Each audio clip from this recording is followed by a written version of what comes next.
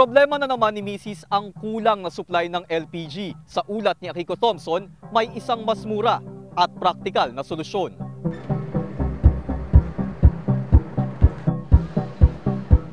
Desyembre nung nakarang taon, pumutok ang balitang nagkakaubusan ang supply ng liquefied petroleum gas o LPG. Ngayon, ang dating 500 pisong kada tangke, umaabot na ng 650 pesos. Talaga kailangan yan. Yung produko na yan. Ay talaga, hindi lang nakikainis na iirita na talaga sa ginagawa nila. Anong ginagawa niyang Hilarious dyan? Lahat ng kan walang gas. Nagugutom ng Pilipino.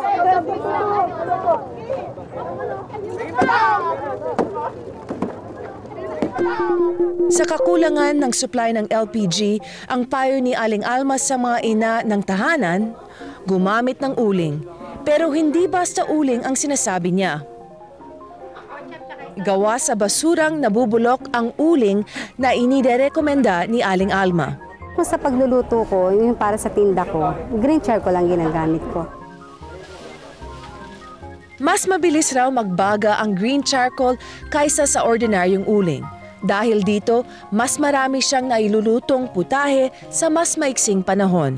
Yung time, yun ang importante dun eh. Sa kare-kare at saka sa mga sinigang na yung buto-buto, yung pati yung panganang baboy, hindi ka maghihintay ng matagal. Hindi katulad ng sa gasol, nasa paghintay mo 30 to 1 hour, halimbawa may palalambutin ka.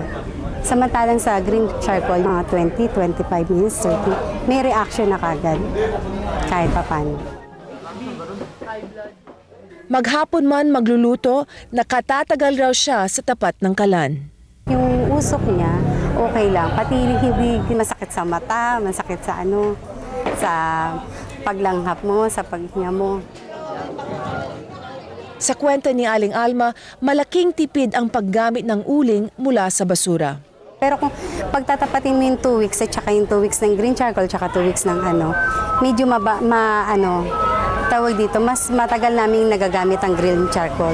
Ang isang sack ng ng green charcoal nasa 280, samantalang ang M-gas nasa 680. Tubig ito ha, oh. Nalaman ni Aling Alma ang tungkol sa magic uling sa kapitbahay niyang si Gonzalo Catan, ang mismong nakaimbento ng isang uri ng green charcoal. Ang pagtanong, ano ba ang green charcoal? Una, ano ang pinagmulan niyan? Anong mga raw materials niyan? Lahat ng green, kaya green, lahat ng mga galing sa kusina. Pati nga yung mga kitchen waste, magamit. Lahat ng mga agricultural waste, magamit natin green charcoal. Kung magluto ka ng kanin, hindi pwedeng... Isang secret formula ang ihinahalo ni Catan sa mga nakolektang basura.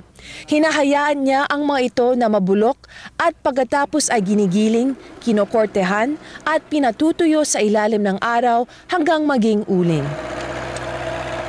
Sabi ni Catan, dahil sa kaniyang formula, ang ibinubuga daw ng green charcoal ay hydrogen gas. The cleanest fuel in the world, walang question, is hydrogen.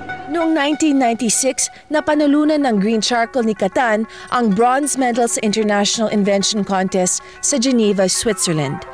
Sinubukan niyang ibenta ang green charcoal pagbalik ng Pilipinas pero hindi ito gaano pinansin.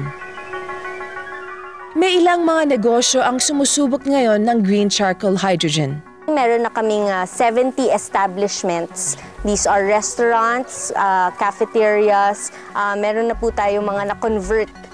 These were all LPG users before and they are currently experiencing 20 to 30% savings versus yung previous na paggamit nila ng LPG. Research and development. Kasalukuyang pinag-aaralan ng DENR ang imbensyon ni Catan.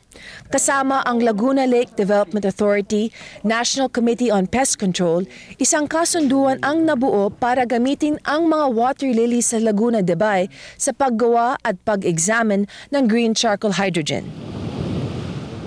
Ang kasunduan ay base na rin sa Solid Waste Management Law kung saan kasama ang green charcoal bilang alternatibong paraan ng pagdidispatcha ng basura.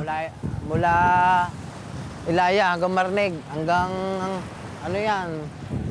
May Santa Rosa, puno ng lili yan, di makakalabas ang mga bangka. Pinakita po nila kung paano magagamit yung ating water lily at yung ating mga garbage, yung ating basura, na magagawa nilang panggatong na kapalit po ng ating LPG. Pag nagkataon, dalawang problema ang masosolve ng green charcoal hydrogen. Ang gabundok nating basura at ang paubos na pinagkukunan ng enerhiya. May magamit na tayo itong mga problema natin. Lahat ng damo, hindi na problema yan. Maputol natin yan at gagawing green charcoal.